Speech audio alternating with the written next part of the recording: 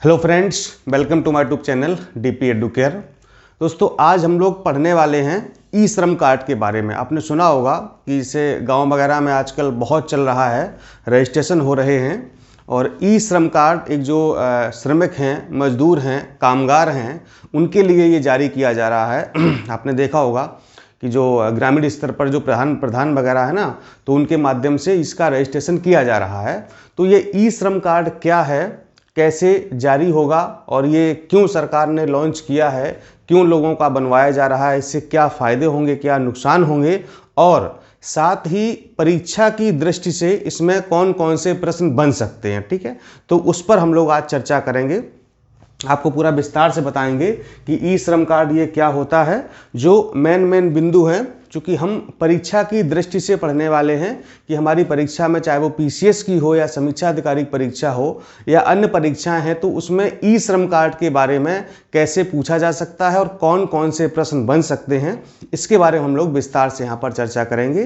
तो आप लोग वीडियो के अंत तक बने रहिए और समझिएगा कि ई श्रम कार्ड क्या है और क्यों सरकार ने इसको लॉन्च किया है या क्यों रजिस्ट्रेशन कराए जा रहे हैं, अभी तक कितने लोगों के रजिस्ट्रेशन हो चुके हैं और कौन व्यक्ति इस पर रजिस्टर्ड हो सकता है और किन किन लोगों को ये ई श्रम कार्ड जारी किया जाएगा। ठीक है, चलिए फिर शुरुआत करते हैं। और आरओ 2022 और यूपीपीसी 2022, आरओ 2021 मेंस के लिए हमारे बैच चल रहे हैं। तो वहाँ पर आपको पूरा स्टडी मटेरियल उपलब्ध कराया जा रहा है इन सभी परीक्षाओं के लिए।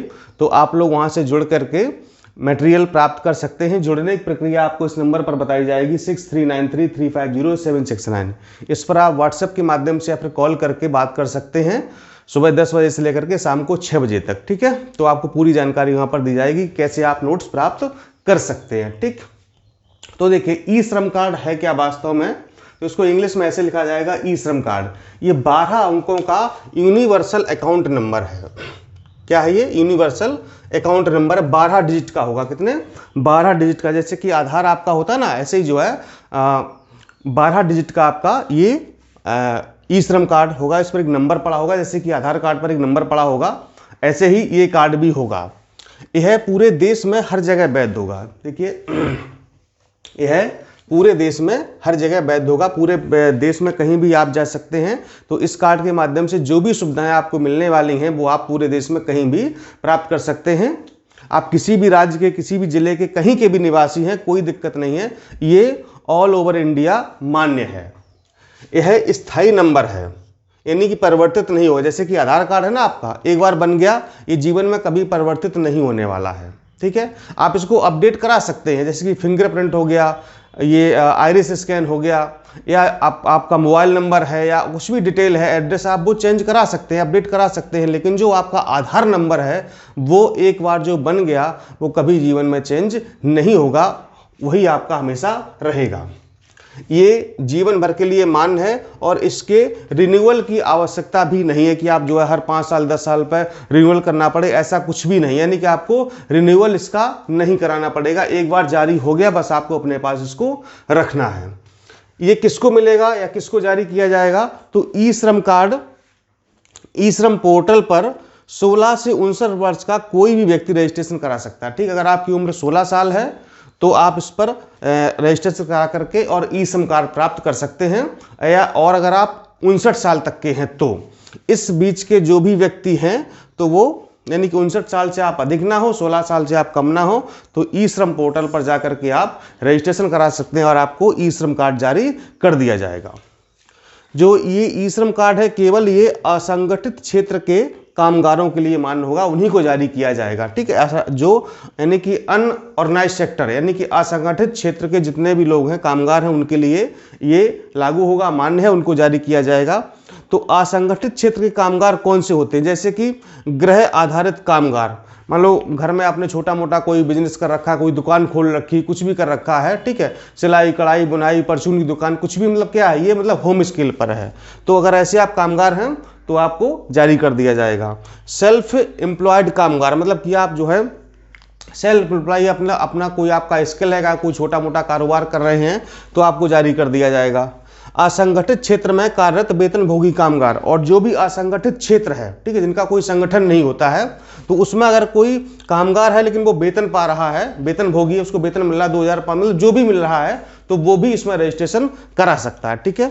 लेकिन ऐसा कामगार वो ESIC और EPFO ये जो संस्थाएं हैं, ठीक है, तो इनका वो सदस्य नहीं होना चाहिए, इसमें उसका रजिस्ट्रेशन नहीं होना चाहिए, इसका मेंबर वो नहीं होना चाहिए। अगर ऐसा कोई असंगठित क्षेत्र में कार्यरत वेतनभोगी कामगार है तो वो ESIC और EPFO का सदस्य नहीं होना चाहिए, ठीक है।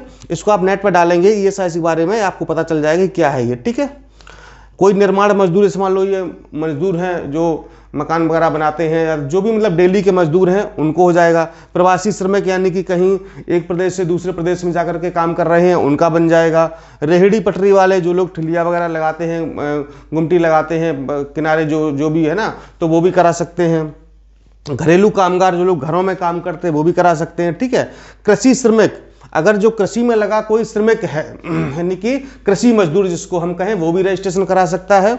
और भूमिहीन किसान भी रजिस्ट्रेशन करा सकता है, लेकिन किसान नहीं करा सकते। जिनके पास जमीन है, यानी कि किसान अगर उसके पास कुछ भी जमीन है तो फिर वो इसमें रजिस्ट्रेशन नहीं करा सकता है, ठीक है। लेकिन अगर कोई भूमिहीन किसान है जिसके पास कोई जमीन नहीं है तो वो रजिस्ट्रेशन करा सकता है। कृषि श्रमिक है वो भी करा सकता है, ठीक।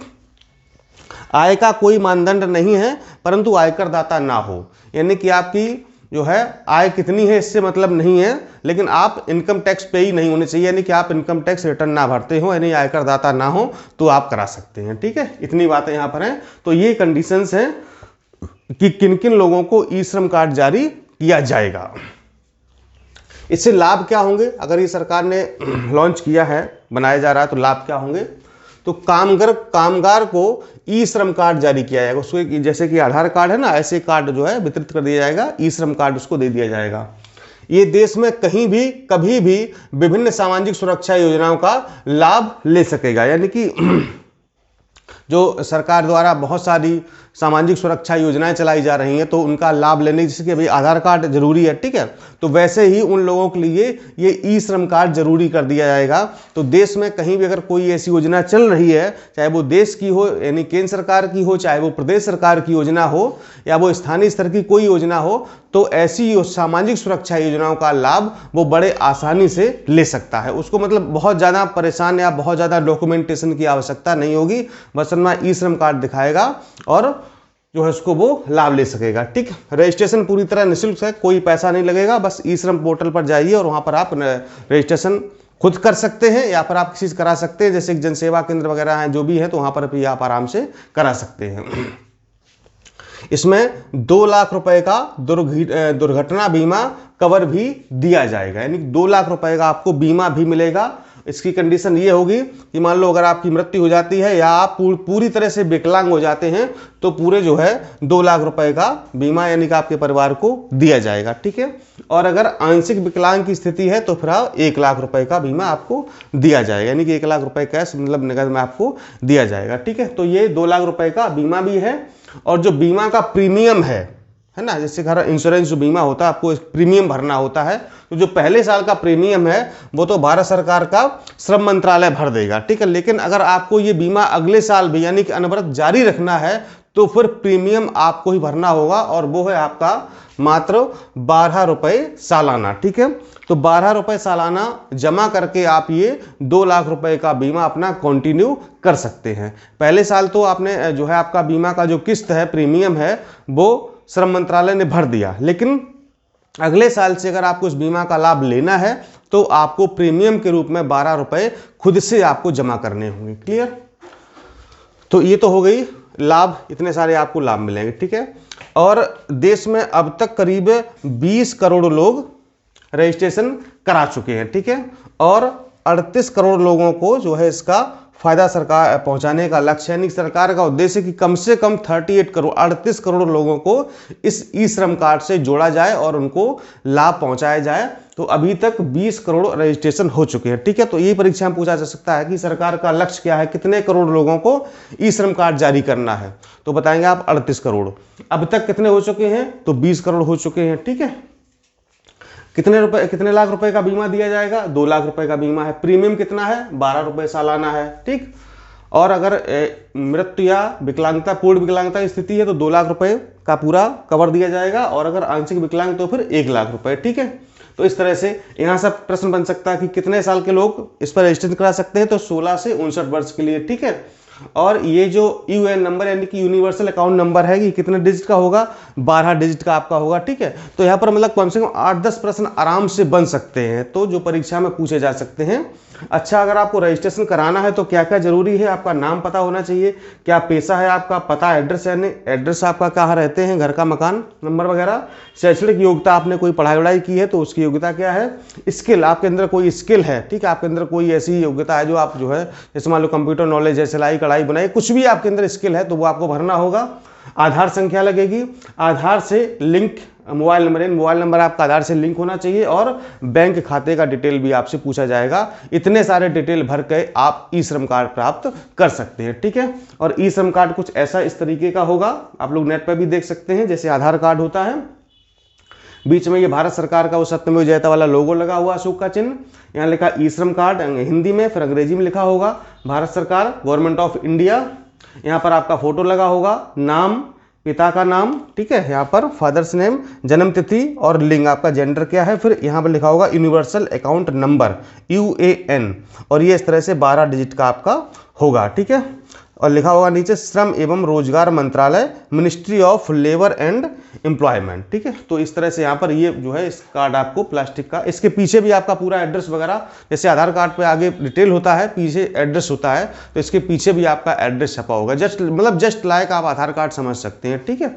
तो ये जो है आपका ई श्रम कार्ड के बारे में जो परीक्षा से संबंधित प्रश्न बन सकते थे, इसलिए हमारा पढ़ाने का उद्देश्य था कि आपने सुना तो बहुत होगा, हो सकता है आपके गांव में, आपके परिवार में किसी ने बनवाया भी हो, या आपका तो खैर नहीं बना होगा, चूंकि मतलब आप लेबर कामगार तो है नहीं, ठीक है, लेकिन गांव मतलब आसपास तो किसी ने बनवाई होगा, सुना भी आपने होगा। तो प्रश्न कौन कौन से बन सकते हैं, ये हमारा उद्देश्य था आपको बताने का। ऐसे छोटे छोटे बहुत सारे टॉपिक हैं जिनको हम लेकर के सामने आएंगे, क्योंकि कई सारी परीक्षाएं पास आने वाली हैं, PCS की भी है, RO की भी है, RO मेंस का भी लगा हुआ है, और हाई कोर्ट का भी आने वाला है, ठीक है, UPSSC कई परीक्षाएं आने वाली हैं। तो इस तरीके से ये जो छोटे छोटे टॉपिक हैं जहां से प्रश्न अक्सर बन सकते हैं, तो उनको हम लेकर के आएंगे आपके सामने, और इस तरह से आपको पढ़ाया जाएगा। तो बाकी कोर्स के लिए आप लोग इस नंबर पर संपर्क कर सकते हैं, ठीक है। फिर मिलता हूँ अगले वीडियो में। नमस्कार, जय हिंद।